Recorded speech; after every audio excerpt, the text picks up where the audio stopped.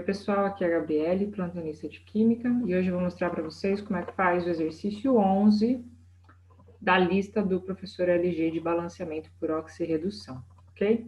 Se você ainda não está familiarizado com o exercício, pausa rapidinho o vídeo, dá uma lida e aí depois você volta para conversar com a gente, tá? Se você já fez isso, então vamos seguir com a resolução.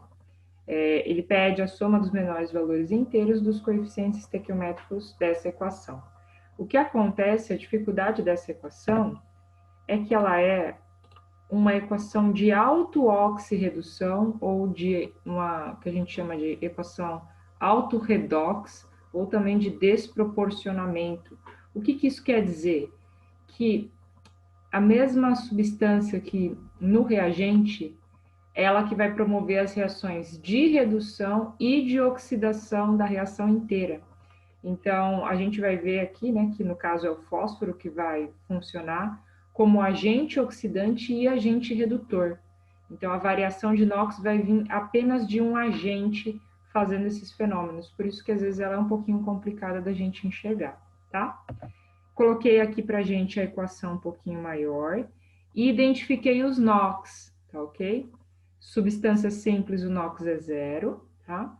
Nessa substância aqui, hidrogênio está fazendo ligação covalente com o fósforo, então ele assume NOx mais 1, portanto o NOx do fósforo aqui é menos 3. No ácido fosfórico, oxigênio assume menos 2, hidrogênio assume mais 1, fazendo as contas, o fósforo vai assumir NOx mais 5, tá? Então, não tem variação de NOx, nem para o hidrogênio, nem para o oxigênio, apenas para o fósforo.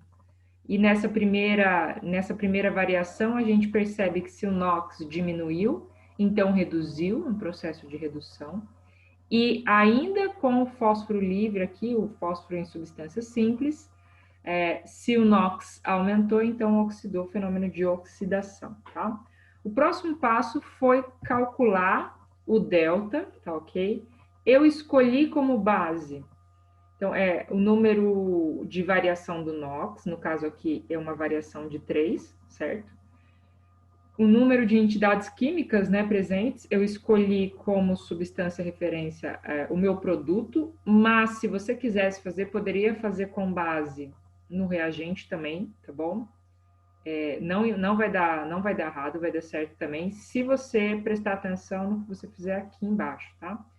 Quando eu calculei o delta também, variação de NOx 5, índice de referência, eu escolhi também os produtos, e aí a proporção ficou 5 elétrons aqui para 3 elétrons aqui. Se eu não quisesse escolher esse 1 aqui, né, um desse fósforo e um desse fósforo aqui no ácido fosfórico, eu poderia colocar o número 4 nas duas reações, nos dois cálculos de delta, tá ok? E aí você ia observar um número 4 vezes maior do que esse, 4 vezes maior, e aí se você fosse simplificar, você ia chegar nesses números de 3 elétrons para 5 elétrons, tá?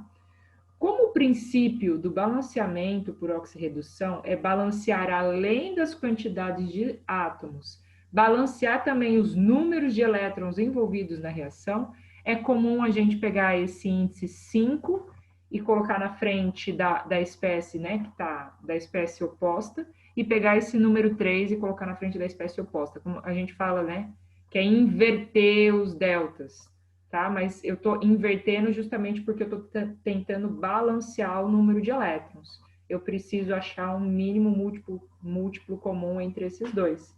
E para fazer isso, a gente acaba multiplicando aqui 3 vezes 5, seriam 15 elétrons, 5 vezes 3, 15 elétrons, e aí a quantidade de elétrons está balanceada. Então, vamos escrever aqui, vou pegar a caneta. No caso, esses deltas eu não vou poder colocar aqui na frente, porque eu só tenho um tipo de agente, né? Ele é o agente redutor, agente oxidante. Então, para essa reação aqui, que deu 3 elétrons, eu vou colocar, na verdade, o número 3 na frente dessa substância. E o 5 eu vou colocar aqui, tá?